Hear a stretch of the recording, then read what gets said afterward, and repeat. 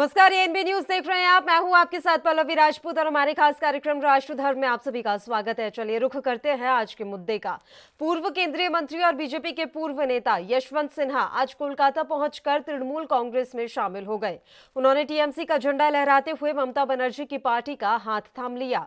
यशवंत काफी दिनों से बीजेपी से नाराज चल रहे थे और कई मौकों पर बीजेपी की आलोचना भी कर चुके हैं। टीएमसी में शामिल होने के बाद बीजेपी की आलोचना करते हुए यशवंत सिन्हा ने मीडिया से कहा, प्रजातंत्र की ताकत प्रजातंत्र की संस्थाएं होती हैं। आज लगभग हर संस्था कमजोर हो गई है, उसमें देश की न्यायपालिका भी शामिल है।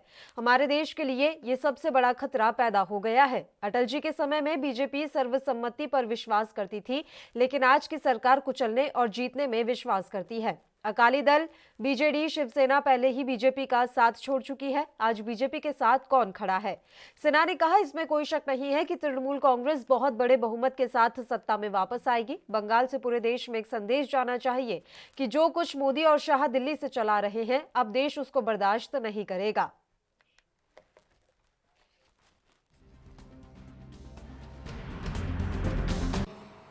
के समय की पार्टी और आज की पार्टी में आसमान जमीन का अंतर है।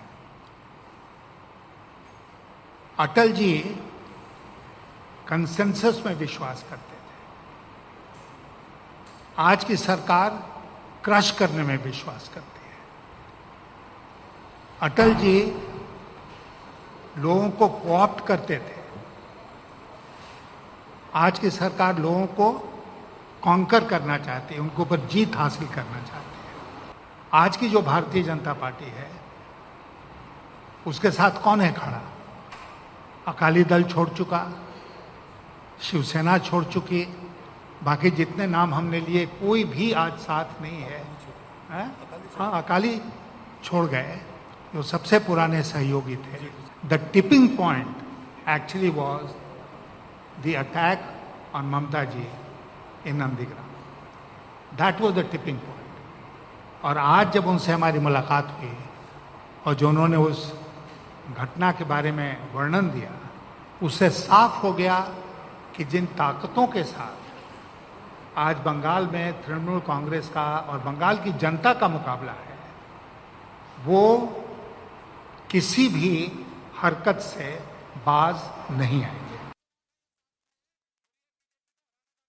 इस समय दो मेहमान लाइव हमारे साथ जुड़ गए हैं। आपका परिचय करवा देते हैं मेहमानों से। भारतीय जनता पार्टी से राहुल आनंद जी हमारे साथ जुड़े हैं और डॉक्टर दयाशंकर दुबे जो कि टीएमसी से हैं। दोनों ही मेहमानों का स्वागत करती हूं एएनबी न्यूज पर। राहुल आनंद जी, पहले आपकी प्रतिक्रिया ले लेते हैं।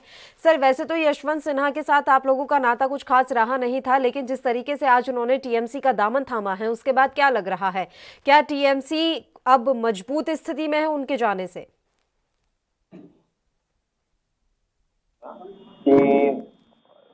पूर्व केंद्रीय मंत्री यशवंत सिन्हा जी के जाने से भारतीय जनता पार्टी पे कोई असर नहीं पड़ने वाला है। और खास करके जिस सम्मान से भारतीय जनता पार्टी ने उनको रखा था और उनके लड़के को, जो झारखंड के सांसद हैं अभी के समय में, तो ये दोनों एक ही सिक्के के दो पहलू हैं। लेकिन अगर देखा जाए वास्तविकता अगर, तो उन्होंने जो बयान दिया है, जिस बयान में उन्होंने इस बात का जिक्र किया है कि मोदी और शाह तानाशाही की सरकार चला रहे हैं, तो ये एक निंदनीय है। क्योंकि पूरे देश को आज भारतीय जनता पार्टी पे गर्व है और उन पे विश्वास है, तभी वो विश्वास मत से हमें आगे की तरफ वो बढ़ा रहे हैं। और जहां तक कृषि कानून से असहमति का जो दौर है, तो वो तो दौर सिर्फ कांग्रेस ने पैदा कर रखा है और सिर्फ इसलिए कर रखा है क्योंकि वो वोट बैंक की राजनीति कर रही है। और हमने पहले से ही कहा था कि हम किसानों के सम्मान में खड़े हैं, उनके साथ हम सशक्त और प्रतिबंधित हैं। तो यशवंत सिन्हा जी जरूर जा रहे हैं, आज टीएमसी का दामन थाम लिया है, लेकिन इससे बहुत ज्यादा फर्क वहां की आवाम पे नहीं पड़ने वाला है। क्योंकि सारे लोगों ने वीडियो को देखा था, जिस वीडियो में ममता बनर्जी जी नाटक कर रही थी, माफ कीजिएगा मैं इस शब्द को इस्तेमाल कर रहा हूँ, क्योंकि उन्होंने तो पहले स्कॉर्पियो के फुटरेस्ट पर खड़े होकर हाथ जोड़े थे और फिर उनके इर्द गिर्द इतने सारे सिक्योरिटी गार्ड्स वगैरह रहते हैं, उस बीच में कोई अगर घुस कर उनको मार देता है तो ये तो बड़ा ही संदेश प्रकट करता है उनके बाद से। लेकिन ये तो जो जांच का जो विषय भी रहा था और इसके ऊपर चुनाव आयोग ने अपनी प्रतिक्रिया भी दी है कि इस प्रकार के कहीं कुछ घटना नहीं घटी है। तो ये बस इमोशनल कार्ड चला जा रहा है और वहां की आवाम को इससे बहुत ज्यादा फर्क नहीं पड़ने वाला है। जी। डॉक्टर दयाशंकर जी, आपका रुख कर लेते हैं। डॉक्टर सिंह, आपको क्या लग रहा है, यशवंत सिन्हा के टीएमसी में शामिल हो जाने से क्या फर्क पड़ने वाला है? क्या भारतीय जनता पार्टी को इसका कोई फर्क पड़ेगा या आपकी पार्टी पर कोई फर्क पड़ जाएगा?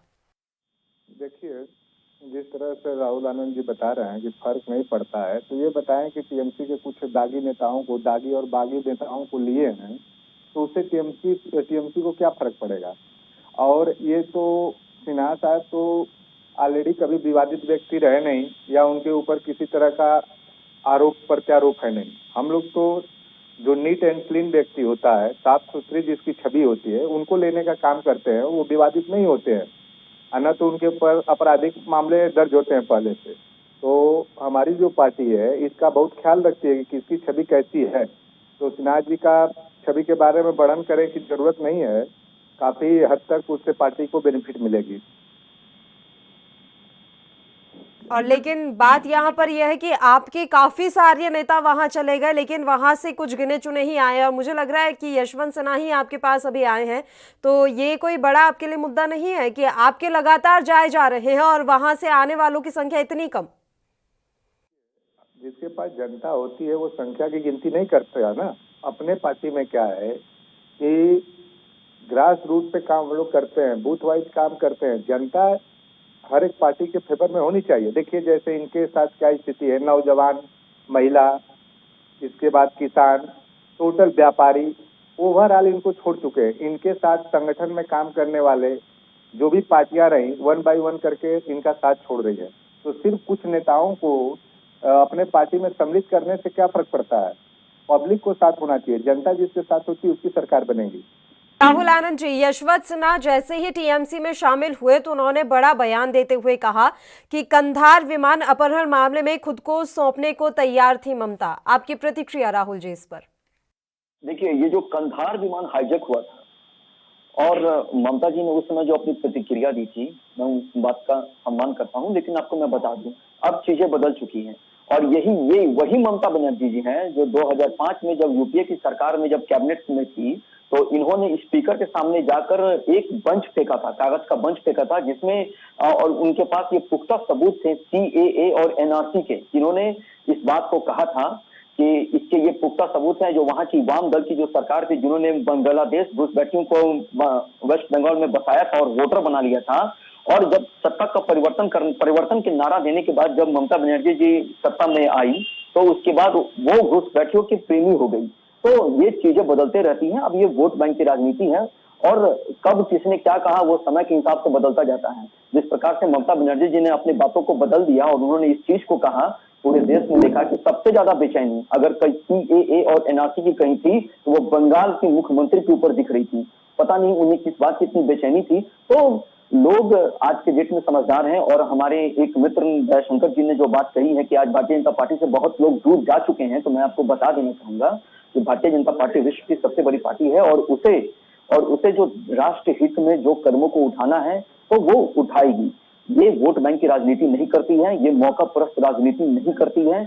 इसलिए हमने पहले भी इस चीज को क्लियर किया था, अभी भी अपनी बातों पे अड़े हैं। हाँ, हमारे जो सहयोगी हैं अगर परिवार में किसी बात से असहमति प्रकट करते हैं तो वाद संवाद चलते रहना चाहिए। हमारे माननीय प्रधानमंत्री जी ने भी इस बात को कहा था, तो ये हम उनको मनाएंगे। और जहां तक इन्होंने एक बात कही थी, शिवसेना की बात कही थी, तो मैं आपको बता दूं कि शिवसेना ने क्यों भारतीय जनता पार्टी का साथ छोड़ा। उन्हें मुख्यमंत्री पद की लालच थी।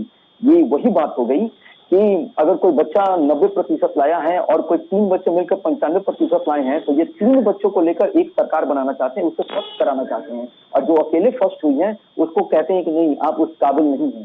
तो बातों में बहुत अंतर है और इससे बहुत ज्यादा अंतर नहीं पड़ने वाला है। हम सबका साथ और सबका। के अलावा अकाली दल का भी उन्होंने यहाँ पर एग्जाम्पल दिया यशवंत सिन्हा ने कि देखिए अकाली तो इनके इतने पुराने साथी हुआ करते थे, उन्होंने भी साथ छोड़ दिया किसान आंदोलन के मसले पर। नीतियां ही सरकार की खराब है, एक तरीके से उनका ये कहना रहा।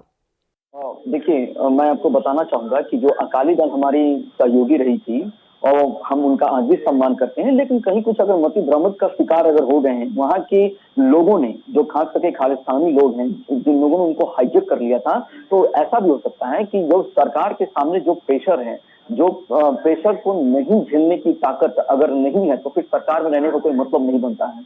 इसी चीज का परिचय वहां की अकाली दल ने दिया है। जी। डॉक्टर दयाशंकर सिंह जी। इनका अनाप शनाप बयान शुरू हो गया। शिवसेना जब तक साथ थी तब तक अच्छी थी, और नंबर कम प्राप्त करना, नंबर ज्यादा प्राप्त करना, ऐसे बातें नहीं होनी चाहिए। जब हमारे आपके बीच में समझौता है तो आप 25-30 साल तक रहे, मेजोरिटी में रहे, शिवसेना ने हमेशा आपका सपोर्ट किया। यदि आप एक ही मुद्दे को लेकर चलते थे, यदि छोटे भाई को ही आप सीएम बना दिए होते तो आपको क्या तकलीफ होती? क्या आप लोग सिर्फ सीएम की कुर्सी के लिए लोलुप हो, जनता की सेवा करने के लिए नहीं हो? आप अपने सहयोगी दल की जब मदद नहीं कर सकते हो तो आप जनता की क्या मदद करोगे? आपकी पार्टी जनता की तो सेवा कर ही नहीं पाएगी। जब अपने साथ में साथ देने वाले संगठन का मदद नहीं कर सकती, एक सिर्फ सीएम आप ही की पार्टी का बन सकता है, उस पार्टी का आप सहयोग क्यों नहीं किया शिवसेना का? आज अकाली दल आपका साथ छोड़ दिए हो तो आप खालिस्तानी और क्या क्या बता रहे हैं? आप लोग कैसे व्यक्ति हैं? आपकी पार्टी कैसी मानसिकता रखती है अपने सहयोगियों के प्रति? ने आपको समर्थन देने का ऐलान कर दिया है डॉक्टर सिंह, तो क्या इसलिए इतना सॉफ्ट कॉर्नर यहाँ पर दिखाया जा रहा है? जो भी व्यक्ति रियल देशभक्त है, जो देश हित की बात करेगा, जो देश को चरम ऊंचाई पे ले जाएगा, देश को आगे ले जाने की बात करेगा, जिससे हमारे देश में सभी नौजवान, किसान, महिला सुरक्षित हो, सभी खुशहाल हो, सबको रोजगार मिले, सबको अच्छी शिक्षा मिले, स्वास्थ्य की व्यवस्था हो, सड़क, बिजली, पानी हो, और इस मुद्दे पे काम करेगा तो हर एक इनके विरोधी दलों का अपने यहाँ स्वागत है। उनके साथ हम लोगों को रहने में किसी प्रकार का कोई ऐतराज नहीं है, और साथ ही साथ सबकी छवि जो हो साफ सुथरी होनी चाहिए। ठीक है राहुल आनंद जी, अब तक ये काम सिर्फ भारतीय जनता पार्टी का होता था कि देशभक्ति का सर्टिफिकेट किसे देना है और किसे नहीं। आज तो डॉक्टर सिंह ने भी ये सर्टिफिकेट बांटने का काम कर दिया है। मैं डॉक्टर साहब को धन्यवाद देना चाहूंगा, और खास करके तृणमूल कांग्रेस को भी मैं धन्यवाद देना चाहूंगा कि कम से कम भारतीय जनता पार्टी के चलते राष्ट्र हित और देशभक्ति की भावना तो जागी, और जो सर्टिफिकेट देने की जो बात है, और हमने तो शुरू से ही अपने हिंदुत्व के एजेंडे को लेकर चला है और सबका साथ सबका विकास की बात की है। कुछ दिन बाद ये जय श्री राम भी कहना शुरू करेंगे। मैं मेरे कान और हमारे दर्शक और हमारे देश के सारे सदस्य इस दिन का बहुत बेरहमी से इंतजार करेंगे कि जिस दिन टीएमसी के अंदर भी जय श्री राम के नारे लगने शुरू हो जाएंगे, क्योंकि यशवंत सिन्हा जी तो आपको ज्वाइन कर ही चुके हैं। वो कहीं ना कहीं भाजपा की परछाई है। हो सकता है कि कहीं आपका डीएनए में परिवर्तन आए। माफ कीजिएगा, यहाँ मेरा डीएनए में परिवर्तन कहने का अर्थ ये है कि पॉलिटिकल डीएनए में परिवर्तन आए। हो सकता है ये जल्दी ही आएगा, बंगाल के आवाम को देखने को मिलेगा। जय श्री राम का नारा अब लगता है लास्ट तक गूंजने वाला है। सर, इस मुद्दे को इतनी आसानी से छोड़िएगा नहीं आप लोग। जी देखिए पल्लवी जी, जय श्री राम हमारे ऊर्जा के स्रोत हैं। मैंने पहले भी इस बात का वर्णन किया था, और अभी जो डॉक्टर साहब ने, मैं यहाँ पर ऐड कर देती हूँ राहुल आनंद जी। अभी तो वो देखिए मंदिर भी जा रही हैं, उन्होंने चंडी का पाठ भी किया है, इतनी सारी चीजें कर रही हैं, उसके बाद भी आप कह रहे हैं कि जय श्री राम का नारा जब तक नहीं लगेगा तब तक वो साबित नहीं कर पाएंगी कि वो हिंदू हैं और हिंदुओं की भावनाओं की वो कद्र करती हैं। मेरे कहने का अर्थ ये था कि कम से कम ममता बनर्जी जी को ये तो एहसास हुआ कि मैं हिंदू हूँ, और जय श्री राम के नारे ये अंत तक जाकर लगा देंगे। क्योंकि जब उन्होंने दुर्गा पाठ करना शुरू कर दिया है, चंडी पाठ करना शुरू कर दिया है, मंदिर जाना शुरू कर दिया है, जो पहले कभी कहा करती थी कि मैं नजीर हूँ, मैं नमाज के बारे में जानती हूँ, कुछ जानकारी वगैरह रहती हूँ, कम से कम ये तो इनको धन्यवाद तो देना ही चाहिए। इनको कम से कम भारतीय जनता पार्टी को तो धन्यवाद तो देना ही चाहिए कि आपके चलते मेरे अंदर का पॉलिटिकल डीएनए जाग गया है। डॉक्टर दयाशंकर सिंह जी, आप एक बात तो मानिएगा सर कि इस बार टक्कर तो कड़ी हो ही रही है, मशक्कत तो टीएमसी को करनी पड़ रही है ज्यादा, पिछले अगर चुनाव की बात हम करें तो उसके मुकाबले।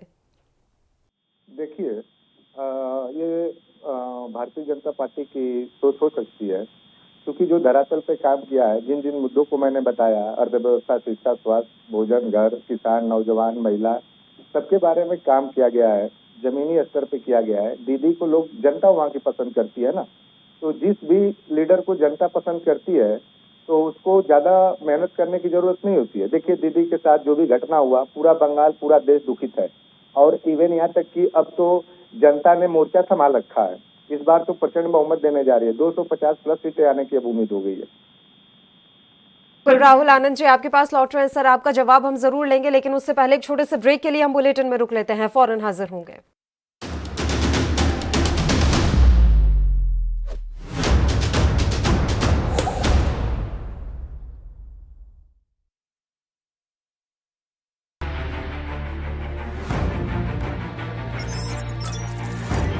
चाहे सियासत की हो या सरकार की, खबर चाहे भ्रष्टाचार की हो। क्या आप दुबले पतले कमजोर हैं, आपकी सेहत नहीं बनती, भूख कम लगती है, वजन नहीं बढ़ता?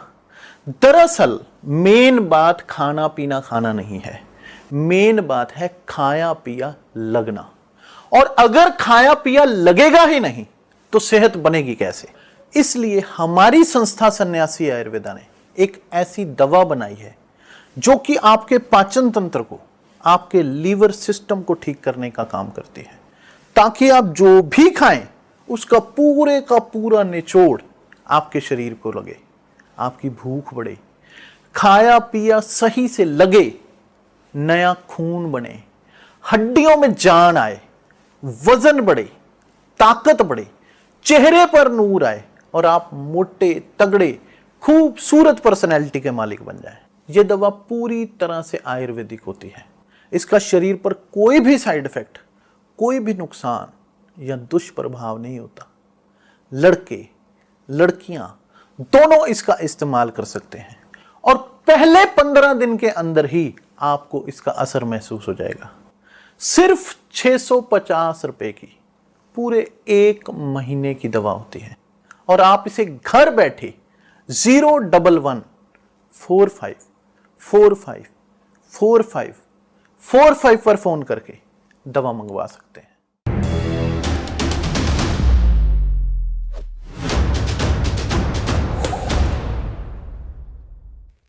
ब्रेक के बाद एक बार फिर से राष्ट्रधर में आप सभी का स्वागत है। हम बात कर रहे हैं पश्चिम बंगाल के चुनाव के बारे में। यहाँ यशवंत सिन्हा ने आज टीएमसी का दामन थाम लिया है, इसी पर बहस हो रही है। दोनों मेहमान लगातार हमारे साथ जुड़े हुए हैं। राहुल आनंद जी, आपका रुख कर लेते हैं। राहुल जी, अभी डॉक्टर दयाशंकर सिंह भी कह रहे थे कि हमारी अच्छी खासी बहुमत के साथ ही वापसी होनी है। आज यशवंत सिन्हा ने भी ये बात कही है कि इसमें कोई दो राय नहीं है कि दीदी दोबारा सत्ता में वापसी करने वाली है। देखिए, राजनीतिक पार्टियों को कयास लगाने की अनुमति है। वो कुछ भी कयास लगा सकते हैं। 293 सीटों में डॉक्टर साहब ने अपने आप को 250 सीटें दे दी, लेकिन ये चीजें तब सफल होंगी जब इसकी गिनती शुरू होगी। लेकिन मैं इनको बता दूं कि डॉक्टर साहब ने एक बात कही जिसमें उन्होंने इस बात का जिक्र किया। उन्होंने कहा कि दीदी के साथ सारे लोग खड़े हैं, तो फिर दीदी के साथ अगर सारे लोग खड़े हैं तो फिर दीदी के पास इतनी बेचैनी क्यों है? दीदी व्हील चेयर पे प्रचार करने के लिए क्यों उतारू हो चुकी है? दीदी को आराम करना चाहिए। जनता लड़ रही है पब्लिक फ्रंट पे खड़ा होकर, तो उनको आराम करनी चाहिए। इसलिए मैं कह रहा हूं कि दीदी ने जो गलतियां की हैं, जो केंद्र सरकार की राहत, केंद्र सरकार की तरफ से जो योजनाएं चलाई जाती थी, बाढ़ में जो पैसे को भेजा गया था तूफान के टाइम में, उनकी दीदी के कार्यकर्ताओं और नेताओं ने मिलकर ऊपर ही ऊपर खत्म कर दिया। तो इसका हिसाब देने का समय अब आ गया है। अगर सब चीज सही है तो फिर दीदी को इतनी बेचैनी क्यों है? अगर देखा जाए तो एक बहुत बड़े घोटाले का आरोप भी इनके ऊपर लगा है, जिसमें दीदी ने इस बात का जिक्र किया था। वहां के अधिकारी को जब दिल्ली बुलाया गया था तो उन्होंने उनको जाने भी नहीं दिया था। तो ये क्या बेचैनी है? इस प्रकार की अगर कहीं कोई समस्या नहीं है तो फिर दीदी को आराम करना चाहिए था। हाँ, और मेरी संवेदना जरूर है, दीदी के साथ दुर्घटनाग्रस्त दीदी हुई है तो हम अपनी पार्टी की तरफ के लिए खेद प्रकट करते हैं। लेकिन ये चुनाव आयोग ने इस चीज की समीक्षा की है और उसको निरस्त कर दिया है। और जो वीडियोस वगैरह जो सामने आए हैं तो वो इमोशनल अत्याचार करने की बातें हैं। एक बहुत पुराना गाना है बॉलीवुड फिल्म का, जिसमें एक गाना था कि तौबा तेरा जलवा, तौबा तेरा प्यार, तौबा तेरा इमोशनल अत्याचार। ठीक, तो अभी का जो कार्ड खेला जा रहा है वो अभी यही कार्ड खेला जा रहा है टीएमसी की तरफ से। मैं इनको शुभकामना देता हूं क्योंकि ये हमारी प्रतिद्वंदी हैं राजनीति के मैदान में। देखते हैं, इसका फैसला तो जनता करेगी। जनता की अदालत में हम भी खड़े हैं, वो भी अपने अपने पार्टी का पक्ष और विचार को लेकर। तो देखते हैं किसे कितना वोट मिलता है, ये तो आने वाला समय बताएगा। लेकिन मैं आपको एक चीज बता दूं कि आने वाले समय में भारतीय जनता पार्टी ही सरकार बनाने जा रही है। सिंह, यहाँ पर सिंपैथी वोट लेने की कोशिश की जा रही है। व्हील चेयर पर बैठकर प्रचार करना, टीएमसी के द्वारा इस मसले को जोर शोर से उठाकर पूरे राज्य में आंदोलन करना, क्या ये सब सिंपैथी वोट लेने के हथकंडे हैं? इस पार्टी का उम्मीद करना, अनाप शनाप ये लोग झूठ बोलने वाले लोग हैं। परमानेंट जैसे 15 लाख एक सर के बदले 10 सर लाएंगे, रोज नौजवानों का शहीद हो रहे हैं। इसके बाद महंगाई घटाने की बात करते थे, देश को बदलने की बात करते थे और अर्थव्यवस्था बढ़ाने की बात करते थे। हर एक मुद्दे पे ये फेल हो चुके हैं और इनको अगर ऐसा ही है तो ये भी सहानुभूति ले ले, अपने लीडर को बता दें कि 2 टांग वो तोड़ ले, उनको तो ज्यादा वोट इससे मिल जाएगा, 2 टांग तोड़कर और वो चले। अगर ऐसा होता है, और ये लोग तो इसमें शायद माहिर भी है, क्या बोलते हैं, इससे पहले जब इनके नेता के ऊपर हम लोग खेद प्रकट करते थे, कभी हमला होता था या कुछ होता था, तो हम लोग कहते थे भाई जांच का विषय है, जांच चल रही है। लेकिन ये क्या कह रहे हैं कि सहानुभूति, भगवान न करे आपके नेता के किसी के साथ ऐसा दुर्घटना घटे, लेकिन आप लोगों को लगता है कि ये तरीका हो सकता है, तो आप लोग खुद कर लीजिए। अपने पार्टी के पास झूठ बोलने का और 420 करने का इतना समय नहीं है। आनंद जी, अगर आपको वाकई में लग रहा है कि इमोशनल कार्ड यहाँ पर खेला जा रहा है तो आप क्यों नहीं अपना लेते? देखिए, हम तथ्यों पे जाकर जनता के बीच में अपनी पार्टी को रिप्रेजेंट करते हैं और तथ्य हमारा है विकास का एजेंडा, और हमने विकास को ही आगे बढ़ाया है। डॉक्टर साहब एक बात बार बार कह रहे हैं कि ये लोग झूठ बोलते हैं, ये लोग ये करते हैं, इधर उधर की जो मन ग्रंथ जो बातें कह रही हैं, तो आपको डॉक्टर साहब की बातों में क्या वो कॉन्फिडेंस झलक रहा है? बिल्कुल भी नहीं झलक रहा है, मुझे तो नहीं झलक रहा है ये कॉन्फिडेंस। हाँ, लेकिन मैं एक चीज आपको ये जरूर बता देता हूँ, याद दिला देता हूँ कि आपने अगर सारे कार्य को किए हैं, विकास के मुद्दे को आगे बनाए हैं। वेस्ट बंगाल एक ऐसा प्रदेश है जहां पे देश में सबसे ज्यादा महंगी बिजली है, और मैं आपको बता देता हूं, और वेस्ट बंगाल ही एक ऐसा प्रदेश है जहां सबसे ज्यादा राजनीतिक हत्याएं हुई हैं पूरे देश में। और जो असहिष्णुता की जो बात कभी कहा करते थे 2014 के बाद ये लोग, आज क्या माहौल है वेस्ट बंगाल के अंदर? कम से कम इससे भी तो एक बार डॉक्टर साहब को कहना चाहिए और समझना चाहिए कि कितनी तार्किक बातें हैं। हाँ, मैं ये चीज जरूर कहता हूँ, जिन्होंने जो एक बात कही है कि इनके भी नेता लोग टांग तोड़ लें, तो मैं आपको बता दी वो एक महज दुर्भाग्य संयोग था जिसमें ममता जी की गाड़ी पोल से टकरा गई, जिसको राजनीतिक रंग देने के लिए ममता जी ने कहा कि 5 लोग आए और मुझे मारे। मैंने देखा था उस वीडियो को, जो कैमरा का इंतजार कर रही थी वो, जिसमें कि कैमरा अगर आते दर्द कभी यहाँ बताया फिर कहीं और दर्द बताया, तो सबने देखा था। और मैं जानता हूं, मेरी शुभकामनाएं उनके साथ जरूर है कि वो जल्दी से जल्दी स्वस्थ हो जाएं और अपने काम में लगे। लेकिन आप जो ये कह रहे हैं, हम आपको कम से कम ये चीज भी पता होना चाहिए, जब हमारे राष्ट्रीय अध्यक्ष बने जेपी नड्डा जी जब वहां पर रैली कर रहे थे तो उनके ऊपर हमला हुआ था, तब तो आपने कुछ नहीं कहा था। जबकि हमने कहा था कि ये जांच विषय, इसकी जांच होनी चाहिए, लेकिन ये तो आपके अंदर की बात थी। जब उनकी गाड़ी के ऊपर जब शीशे पे पत्थर बरस रहे थे तो आपने जांच क्यों नहीं किया? तो मैं आपको बता देना चाहूंगा डॉक्टर साहब कि इतिहास कलयुग में सब चीज आपके नजर के सामने आता जा रहा है, इसको मानना पड़ेगा, क्योंकि जो चीज हमसे घटा था वो चीज आप पे भी घट गया है। तो ये इमोशनल कार्ड चल रहे हैं, हम अभी भी विकास के एजेंडे को लेकर चल रहे हैं। और आपने जो महंगाई की बात की थी, तो मैं आपको याद दिला दूं कि जब यूपीए की सरकार थी तो उस सप्तम सरकार में मुद्रास्फीति की दर 10 से 11% थी, अभी मुद्रास्फीति की दर 4 से 5% है। तो यहीं से पता चलता है कि महंगाई दर इस सरकार में कितनी ज्यादा थी। हाँ, जो मुद्दे हैं, जो आपने एक बात कही पेट्रोल डीजल की जो बात है वो पूरे देश के लिए है, तो मैं आपको ये भी बता देता हूं कि अंतर्राष्ट्रीय स्तर पर उसका भी जल्द ही हल निकाला जा रहा है और जल्द ही हमारी आवाम देखेगी पेट्रोल डीजल के दाम को घटते हुए। इसके लिए सरकार प्रतिबंधित है और प्रतिबंधित है, और जीएसटी परिसर को ये सौंप दिया गया है कि आने वाले समय में जीएसटी में पेट्रोल डीजल को डाला जा सके। और जो आपने और भी जो बातें कही, तो कम से कम बातों बोलने से पहले 1-2 बार जरूर विचार कर लें, विमर्श कर लें कि चैनल पे पूरा देश चैनल के माध्यम से सुनता है और देखता है, तो बातों को इस प्रकार से रखा जाए कि आने वाले समय में लोग जो देखे तो उनके ऊपर एक सकारात्मक प्रभाव पड़े। जी शंकर सिंह जी, आपकी प्रतिक्रिया? इन्होंने बिजली के बारे में बताया, तो दीदी की जब से सरकार है लगभग 30% करेक्शन बढ़ा है कलकत्ता में। और दूसरी बात, राहुल भाई को नहीं लगता है भाजपा अमीरों की पार्टी है कि महंगाई बढ़ी है? अभी इनको समझ में नहीं आ रहा है कि महंगाई बढ़ी हुई है, देश की जनता तरफ से, नवयुवक तरफ से बेरोजगारी बढ़ी हुई है, लोगों को रोजगार पढ़ाई लिखाई के बाद नहीं मिल पा रहा है। तो अब इनको तो यही मुद्दा बनाए कि हमने क्या क्या, कितने लोगों को रोजगार दिया, कितनी महंगाई हमने घटाई। तो इसी पे बंगाल में जाके क्यों नहीं चर्चा करते हैं? धर्म को बीच में क्यों जोड़ते हैं? इसी मुद्दे पे जाके वोट मांगे कि हमने ये चीजें किया, इतनी नौकरी दिया, इतना रोजगार दिया लोगों के। ये कह रहे हैं कि महंगाई बढ़ी नहीं है। भाई अब क्या चाहते हैं आप? अब क्या चाहते हैं? लोग कटोरा लेके भीख मांगे तब आपको लगेगा महंगाई? आपके तो कुछ प्रवक्ता आते कहते हैं कि देश हित में अगर रुपया लीटर पेट्रोल हो जाए तो भी अच्छा होगा। भाई साहब, ऐसा क्या है आप लोग के पास ऐसी व्यवस्था है कि आप लोग को 300 हो जाए, 500 हो जाए? जनता, अब जनता का क्या आप लोग जान लेके मानेंगे क्या? तो आप यही मुद्दा अपना ले जाइए कि ठीक है, हमें आप वोट दीजिए, ये आपको 200 नहीं 300 में पेट्रोल देंगे। रोजगार देने की बात करें, आपका टोटल जो भी रोजगार बचे हुए, कुछ कंपनियां बची हैं उसका प्राइवेटीकरण कर देंगे, उसको भी बेच देंगे। हमको इसी मुद्दे पे आप लोग वोट दीजिए। सर, आपका आखिरी कमेंट चाहूंगे राहुल आनंद जी इस मसले पर। देखिए, ये डॉक्टर साहब ने जो निजीकरण का जो विषय रखा है, तो मैं आपको बता दूं कि निजीकरण आने वाले समय का मांग है और उन सब चीजों को किया जाता है। आपने देखा होगा कि हम आप डॉक्टर साहब, मैं एक सिंपल सा बात पूछता हूँ कि जब हम स्कूल पढ़ने जाते हैं, अपने बच्चों को भेजते हैं, तो हमारे बच्चे प्राइवेट स्कूल में पढ़ते हैं। क्यों पढ़ते हैं? क्योंकि हमें वो गुणवत्ता चाहिए होती है। तो ठीक उसी प्रकार से जब बैंक में जाते हैं तो बैंक में हम सर्विस खोजते हैं। क्यों खोजते हैं? क्योंकि हमें गुणवत्ता चाहिए होती है। तो अगर आप इसके लिए समर्थ नहीं है तो आपने अगर प्राइवेट बैंकों में अगर खाते खोल रखे तो उसको आप अभी का अभी बंद कर दीजिए।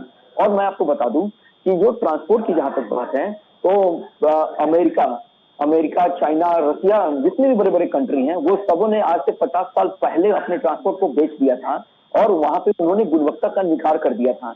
और जो प्राइवेटीकरण की जो बात आपने कही है, जो निजीकरण की बात कही, तो मैं उससे आपको बताना चाहूंगा कि निजीकरण आने वाले भविष्य का मांग भी है। क्योंकि जो सरकारी अधिकारी हैं, उनको लाल फीता स्याही का काम नहीं करना चाहिए। वो जनता के सेवक हैं और जनता के लिए वहां पर हैं और जनता के पैसे से, जनता की टैक्स से वो अपने परिवार को चलाते हैं। तो उन्हें इस चीज का भी ध्यान रखना चाहिए। और जो पेट्रोल डीजल की जो बात आपने कही है, तो मैं आपको विश्वास दिला देता हूं कि हमारे किसी नेता ने इस बात को अपने मुख से बयान नहीं दिया होगा कि 300 या 500 रुपए लीटर पेट्रोल डीजल हो जाए, क्योंकि मैं इसका समर्थन नहीं करता हूँ। हाँ, राष्ट्र हित में, देश हित में अगर कुछ कदम उठाए जाते हैं तो मैं आपको बता देना चाहूंगा, उसका स्वागत करना। सर, आपको क्योंकि समय की कमी है इसलिए मैं अभी आपको रोक रही हूँ। बहुत बहुत शुक्रिया आप दोनों ही मेहमानों का तमाम चर्चा के लिए आप हमारे साथ जुड़े।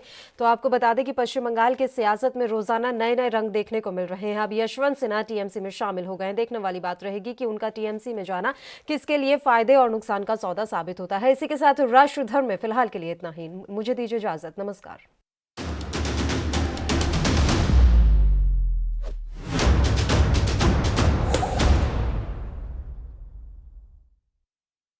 क्या आप दुबले पतले कमजोर हैं?